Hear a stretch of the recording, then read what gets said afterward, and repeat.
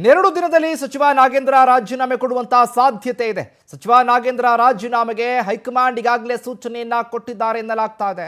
ಮುಂದಿನ ರಾಜಕೀಯ ಬೆಳವಣಿಗೆಗಳನ್ನು ವಿಶ್ಲೇಷಿಸಿ ಸೂಚನೆ ಸರ್ಕಾರ ಪಕ್ಷದ ಹಿತದೃಷ್ಟಿಯಿಂದಾಗಿ ರಾಜೀನಾಮೆಗೆ ಸೂಚನೆಯನ್ನ ನೀಡಲಾಗಿದೆ. ಇನ್ನೆರಡು ದಿನದಲ್ಲಿ ಸಚಿವ ನಾಗೇಂದ್ರ ಅವರು ತಮ್ಮ ಸ್ಥಾನಕ್ಕೆ ರಾಜೀನಾಮೆಯನ್ನ ನೀಡುವ ಸಾಧ್ಯತೆ ಇದೆ. ಈಗಾಗಲೇ ಸಚಿವ ಬಿ ನಾಗೇಂದ್ರಗೆ ಸಂದೇಶವನ್ನ ನೀಡಿದ್ದಾರೆ ಪಕ್ಷದವರು, ಹಾಗೆ ಪಕ್ಷ ಕೂಡ ಸಿಎಂ ಡಿಕೆ ಶಿವಕುಮಾರ್ ಅವರಿಂದ ಮಾಹಿತಿಯನ್ನು ಪಡ್ಕೊಂಡಿದ್ದಾರೆ ಹೈಕಮಾಂಡ್.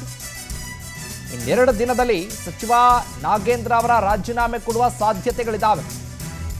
ಅಂದರೆ ರಾಜೀನಾಮೆಯನ್ನ ಕೊಡ್ತಾರೆ ಅನ್ನುವಂಥ ಲೆಕ್ಕಾಚಾರದಲ್ಲೇ ಮಾತನಾಡಿದ್ರು.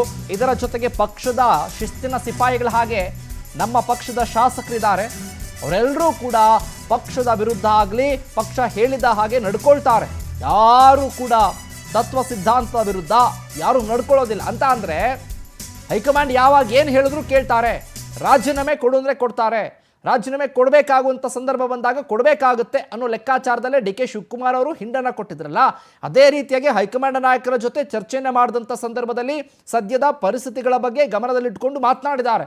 ಈ ರೀತಿಯಾಗಿ ರಾಜ್ಯದಲ್ಲಿ ಆಗ್ತಾ ಇದೆ, ಸದನದಲ್ಲಿ ಆದಂಥ ಘಟನೆಗಳ ಬಗ್ಗೆ ವಿವರಿಸಿದ್ದಾರೆ. ಸದನದ ಹೊರಗೆ ಆದಂಥ ಘಟನೆಗಳ ಬಗ್ಗೆ ಕೂಡ ಡಿ ಕೆ ಶಿವಕುಮಾರ್ ಅವರು ಮುಖ್ಯಮಂತ್ರಿಗಳೆಲ್ಲವನ್ನೂ ಕೂಡ ಹೈಕಮಾಂಡ್ ನಾಯಕರ ಜೊತೆ ಮಾತನಾಡಿದ್ದಾರೆ. ಅದಾದ ನಂತರ ಈಗ ಪಾದಯಾತ್ರೆ ಮೂಲಕ ಸರ್ಕಾರಕ್ಕೆ ಈಗ ಒಂದು ರೀತಿ ಆಗ್ರಹವನ್ನು ಮಾಡ್ತಾ ಇದ್ದಾರೆ, ರಾಜೀನಾಮೆಯನ್ನು ಕೊಡಲೇಬೇಕು ಅಂತ ಹೇಳಿ ಅಂತ. ಹಾಗಾಗಿ ಹೈಕಮಾಂಡ್ ಕೂಡ ಎಲ್ಲದಕ್ಕೂ ಕೂಡ ಒಪ್ಪಿಕೊಂಡು ರಾಜೀನಾಮೆಯನ್ನು ಕೊಡೋದಕ್ಕೆ ಹೈಕಮಾಂಡ್ ಕೂಡ ಸೂಚನೆ ಕೊಟ್ಟಿದೆ ಅನ್ನುವಂಥ ಅಪ್ಡೇಟ್ ಸಿಗ್ತಾ ಇದೆ.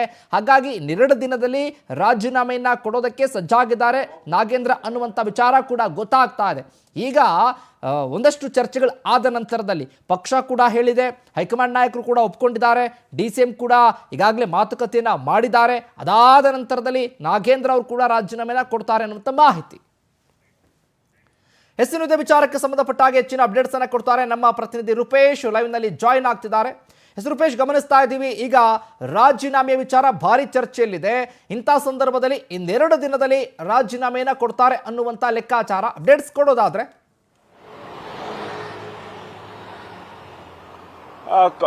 ಈಗ ಶಿವಕುಮಾರ್ ಕಾಂಗ್ರೆಸ್ ಹೈಕಮಾಂಡ್ ಕೂಡ ಗೊತ್ತಾಗಿದೆ. ಯಾಕಂತ ಹೇಳಿದ್ರೆ ನಾಗೇಂದ್ರ ವಿರುದ್ಧ ದೊಡ್ಡ ಮಟ್ಟ ಪ್ರತಿಭಟನೆ ಮಾಡ್ತಾ ಇದೆ. ಈ ಕಾರಣಕ್ಕೋಸ್ಕರವಾಗಿ ಪ್ರತಿಭಟನೆ ಜೋರಾಗ್ತಾ ಹೋದ್ರೆ ಮತ್ತೆ ಸಮಸ್ಯೆಗಳಾಗುತ್ತೆ. ಇದಕ್ಕೋಸ್ಕರವಾಗಿ ನಾಗೇಂದ್ರ ರಾಜೀನಾಮೆ ಕೊಡೋದು ಸೂಕ್ತ ಅನ್ನೋ ನಿರ್ಧಾರಕ್ಕೆ ಹೈಕಮಾಂಡ್ ಬಂದಂತೆ ಕಾಣ್ತಾ ಇದೆ. ಹೀಗಾಗಿ ನಾಗೇಂದ್ರ ಅವರಿಗೆ ರಾಜೀನಾಮೆ ಸೂಚಿಸಿದ್ದಾರೆ ಅಂತ ಹೇಳಿ ಒಂದಿಷ್ಟು ವರದಿಗಳು ಹೇಳ್ತಾ ಇದ್ದಾವೆ, ಒಂದಿಷ್ಟು ಮೂಲಗಳು ಮಾಹಿತಿಯನ್ನು ಕೊಡ್ತಾ ಇದ್ದಾವೆ. ಅದ್ರಲ್ಲಿ ಇರ್ತಕ್ಕಂಥ ಸಮಸ್ಯೆಗಳಂತ ಹೇಳಿದ್ರೆ ನಾಗೇಂದ್ರ ರಾಜೀನಾಮೆ ಕೊಟ್ಟಿದ್ದೆ ಹೌದಾದ್ರೆ ಇಲ್ಲಿ ಕಾಂಗ್ರೆಸ್ ನಲ್ಲಿ ಮತ್ತೆ ಸಮಸ್ಯೆಗಳು ಶುರು ಆಗುತ್ತೆ, ಭ್ರಷ್ಟ ಅಂತ ಹೇಳಿ ಆಗುತ್ತೆ. ಇದಕ್ಕೋಸ್ಕರವಾಗಿ ಒಂದೆರಡು ದಿನ ಕಾಯೋಣ ಅಂತೇಳಿ ಹೈಕಮಾಂಡ್ ಹೇಳಿದೆ. ಮುಂದಿನ ಬೆಳವಣಿಗೆಗಳ ಗಮನಿಸಿಕೊಂಡು ನಾಗೇಂದ್ರ ರಾಜೀನಾಮೆ ಬಗ್ಗೆ ನಿರ್ಧಾರ ಮಾಡೋಣ. ಸದ್ಯಕ್ಕೆ ಒಂದು ಹೈಕಮಾಂಡ್ ಮೈಂಡ್ ಸೆಟ್ ಹೇಗಿದೆ ಅಂತ ಹೇಳಿದ್ರೆ ರಾಜೀನಾಮೆ ಕೊಟ್ಟರು ಓಕೆ, ಯಾಕಂತ ಹೇಳಿದ್ರೆ ಒಂದಿಷ್ಟು ಅಸಮಾಧಾನಗಳಿದೆ, ಒಂದಿಷ್ಟು ಜಟಾಪಟಿಗಳಾಗ್ತಾ ಇದೆ. ಹೀಗಾಗಿ ನಾಗೇಂದ್ರ ಸ್ಥಾನವನ್ನ ಬೇರೆಯವರಿಗೆ ಕೊಡೋದು, ಈ ಮೂಲಕವಾಗಿ ಈಗ ನಾಗೇಂದ್ರ ಅವರಿಗೆ ಸಂಬಂಧಪಟ್ಟಂತ ಒಂದು ಆರೋಪಗಳು ಬಂತಲ್ಲ, ಈಗ ಸಂಬಂಧಪಟ್ಟಂತೆ ಅಸಮಾಧಾನಿತ ಬೇರೊಬ್ಬ ಶಾಸಕರಿಗೆ ಕೊಡೋದು, ಈ ಮೂಲಕವಾಗಿ ಪಕ್ಷ ಸಂಘಟನೆ ಮತ್ತಷ್ಟು ಬಿಗಿಯಾಗಿ ಮಾಡೋದಕ್ಕೆ ಪ್ಲಾನ್ ಅನ್ನು ಮಾಡಿಕೊಂಡಿದೆ. ಇದಕ್ಕೋಸ್ಕರವಾಗಿ ಒಂದಿಷ್ಟು ಚರ್ಚೆಗಳು ಕೂಡ ಆಗ್ತಾ ಇದೆ. ಆದಿರ್ತಕ್ಕಂಥ ಪ್ರಶ್ನೆ ಅಂತ ಹೇಳಿದ್ರೆ ಹೈಕಮಾಂಡ್ ನಿನ್ನೆ ಡಿ ಕೆ ಶಿವಕುಮಾರ್ ಸ್ಪಷ್ಟವಾಗಿರ್ತಕ್ಕಂಥ ಸಂದೇಶವನ್ನು ಕೊಟ್ಟಿತ್ತು. ಹೀಗಾಗಿ ಯಾವತ್ತು ನಾಗೇಂದ್ರ ರಾಜೀನಾಮೆ ಕೊಡ್ತಾರೆ ಅನ್ನೋದು ಈಗ ಕುತೂಹಲ ವಿಚಾರ ಆಗಿದೆ. ಇನ್ನೆರಡು ದಿನಗಳಂತ ಹೇಳಲಾಗಿದೆ, ನಾಳೆ ಅಥವಾ ನಾಡಿದ್ದು ನಾಗೇಂದ್ರ ರಾಜೀನಾಮೆ ಕೊಡಬಹುದು. ಯಾಕಂತ ಹೇಳಿದ್ರೆ ವಿಪಕ್ಷಗಳ ಒತ್ತಡ ಹೆಚ್ಚಾಗ್ತಾ ಇದೆ. ಪಾದಯಾತ್ರೆ ಮಾಡಿದ್ದೆ ಹೌದಾದ್ರೆ ಅದೇ ರೀತಿ ದಲಿತರ ಹಣವನ್ನು ಬಳಸಿಕೊಂಡ್ರು ದೊಡ್ಡ ಮಟ್ಟಕ್ಕೆ ಚರ್ಚೆಗಳನ್ನು ಶುರು ಮಾಡಿದೆ, ದೊಡ್ಡ ಮಟ್ಟ ಹೋರಾಟವನ್ನು ಕೂಡ ಮಾಡಿದೆ.